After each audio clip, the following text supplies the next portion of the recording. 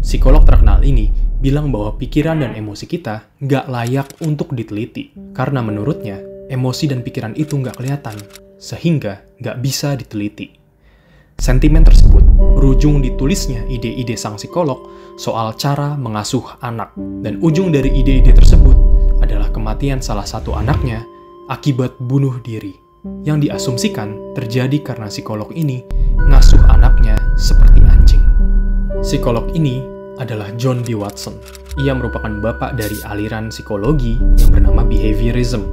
Ide utama aliran ini adalah bahwa perilaku atau behavior merupakan satu-satunya aspek psikologis yang layak untuk diteliti, karena perilaku bisa dilihat dan bisa diukur.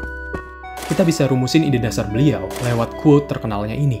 Beri saya 12 bayi sehat dan lingkungan yang saya dapat kendalikan untuk membesarkan mereka. Saya jamin, saya bisa membuat salah satu dari mereka menjadi seorang pengacara, satu seorang dokter, satu seorang pedagang, dan begitu juga satu seorang pengemis. Sebagai konteks, quote tersebut merupakan kritik beliau terhadap gerakan eugenics pada masanya. Gerakan yang mau, dalam tanda kutip, banyakin orang dengan gen yang bagus dan ngurangin orang dengan gen yang jelek. Eugenics, kalau aku simpelin banget, intinya percaya bahwa seseorang bisa jadi pengemis karena dia keturunan pengemis. Seseorang bisa jadi dokter karena dia keturunan dokter. Orang bodoh ngelahirin orang bodoh, orang pinter ngelahirin orang pinter. Bagi pendukung eugenics, keturunan darahmu adalah hal yang buat kamu menjadi kamu. Sementara Watson percaya kebalikannya. Dia percaya bahwa pengalaman dan lingkungan adalah hal yang buat kamu jadi kamu. Oleh karena itulah dia bilang, jika dia bisa ngebuat lingkungan yang tepat, maka dia bisa ngebentuk masa depan bayi-bayi tersebut sesuai keinginannya. Kritikannya terhadap eugenics itu dilihat sebagai sebuah upaya yang humanis. Dalam artian, saat pendukung eugenics berusaha untuk ngejatuhin orang-orang yang dianggap sama mereka sebagai manusia yang inferior, John B. Watson bilang bahwa dengan lingkungan dan kondisi yang tepat, kita semua bisa hebat. Ini adalah kisah seorang psikolog bernama John B. Watson.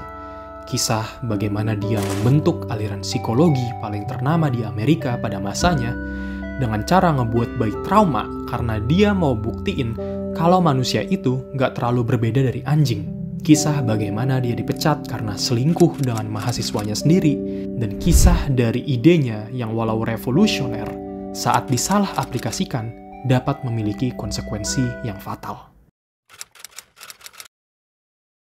Mari kita mulai dari inspirasi utama Watson, dari sebuah eksperimen yang melibatkan anjing dan lonceng.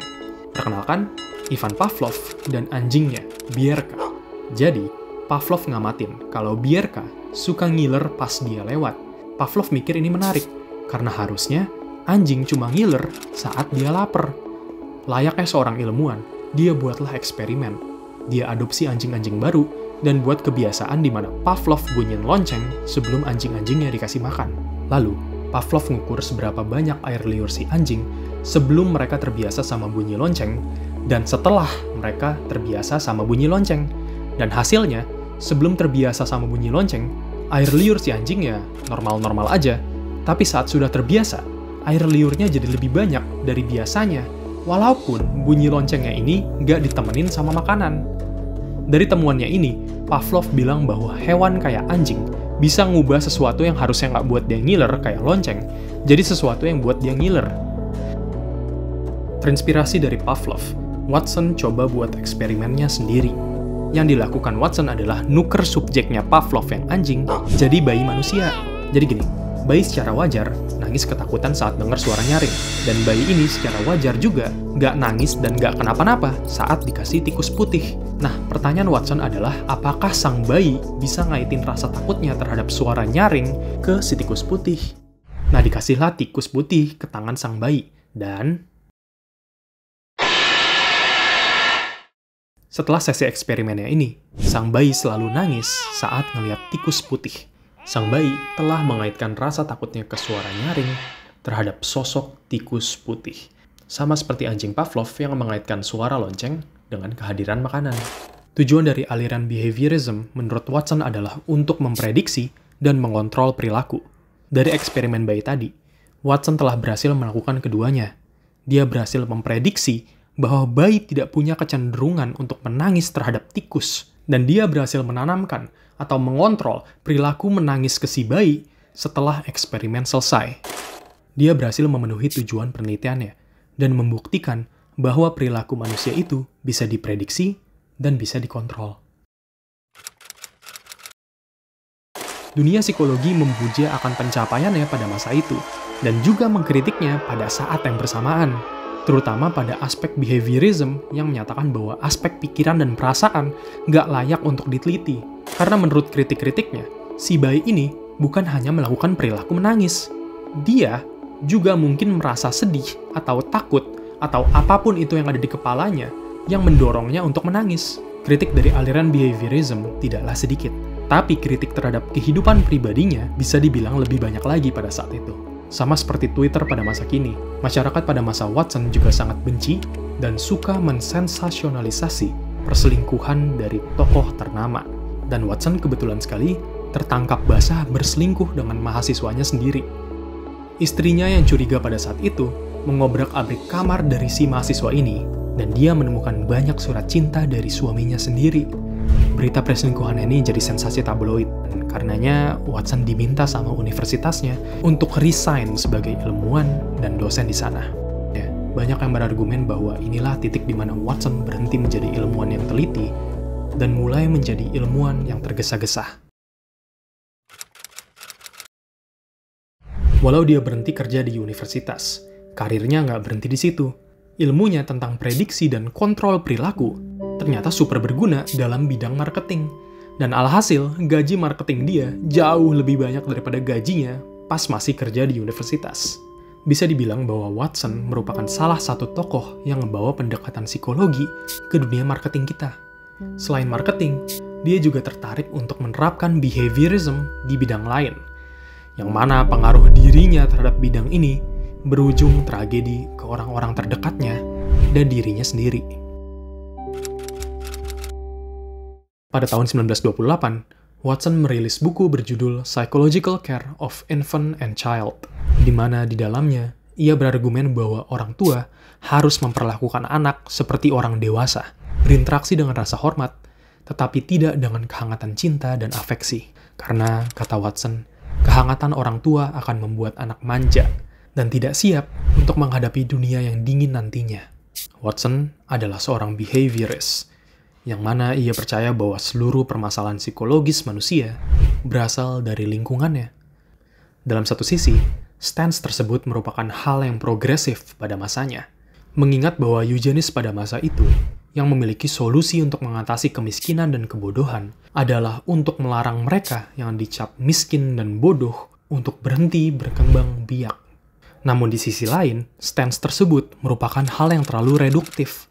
Karena kita sekarang tahu bahwa tidak semua permasalahan psikologis berasal dari lingkungan. Faktor genetik juga memiliki kontribusi. Suatu kondisi yang telah ada sejak lahir tentu saja tidak akan hilang begitu aja saat orang tua memperlakukan anak sebagai orang dewasa. Memberikan afeksi dan kehangatan yang minim terhadap anak juga tentu tidak akan membantu mereka menjadi orang dewasa yang fungsional, yang sehat. Karena banyak riset modern yang telah membuktikan hal yang sebaliknya. Watson memiliki 4 anak, 2 dari istri pertamanya dan 2 dari istri keduanya. 3 dari 4 anaknya melakukan percobaan bunuh diri, dan 1 di antaranya meninggal akibat percobaan tersebut. Pada tahun 1987, peneliti sejarah ilmu psikologi mewawancarai James B. Watson, saudara kandung dari William Rayner Watson, sang anak yang meninggal akibat bunuh diri. Dalam wawancara tersebut, James ditanyakan mengenai kaitan teknik parenting sang ayah dan kematian saudaranya. Ia menjawab, "Saya sungguh meyakini bahwa prinsip-prinsip yang dipegang oleh ayah saya telah memiliki dampak negatif terhadap kemampuan saya dan saudara kandung saya untuk memahami dan meregulasi emosi manusia. Dan hal tersebut telah merusak self-esteem kami, yang pada akhirnya berkontribusi pada kematian Bill dan krisis psikologi saya sendiri." Tragis sekali memang. Hal ini adalah sebaliknya dari apa yang diharapkan oleh ayah dan ibu saya. Setelah kematian istri kedua dan anaknya, Watson membakar semua artikel dan surat pribadinya yang bertema parenting. Pada masa tuanya, ia menyatakan bahwa dia menyesal telah menulis buku dan artikel majalah mengenai parenting. Ia menyatakan bahwa ilmunya mengenai bidang tersebut kurang cukup untuk dipraktikkan. To be fair, ketertarikannya terhadap bidang parenting baru muncul setelah dia dipecat dari universitasnya. Dipecat dari bidang keahliannya yakni comparative psychology. Psikologi, perbandingan hewan, dan manusia. Dan dalam bidang tersebut, hasil-hasil penelitian beliau tetap memiliki integritas yang bahkan sampai sekarang masih benar. Benar bahwa perilaku manusia dapat diprediksi. Benar juga bahwa dengan stimulus yang tepat, perilaku manusia dapat dikontrol. Dan dalam hal-hal tersebut, beliau benar. Dan yang lebih penting lagi, beliau mendorong ilmu psikologi untuk menjadi lebih ilmiah dalam metode penelitiannya. Namun sayangnya, di tengah-tengah jalan karirnya, dia terburu-buru dan jatuh.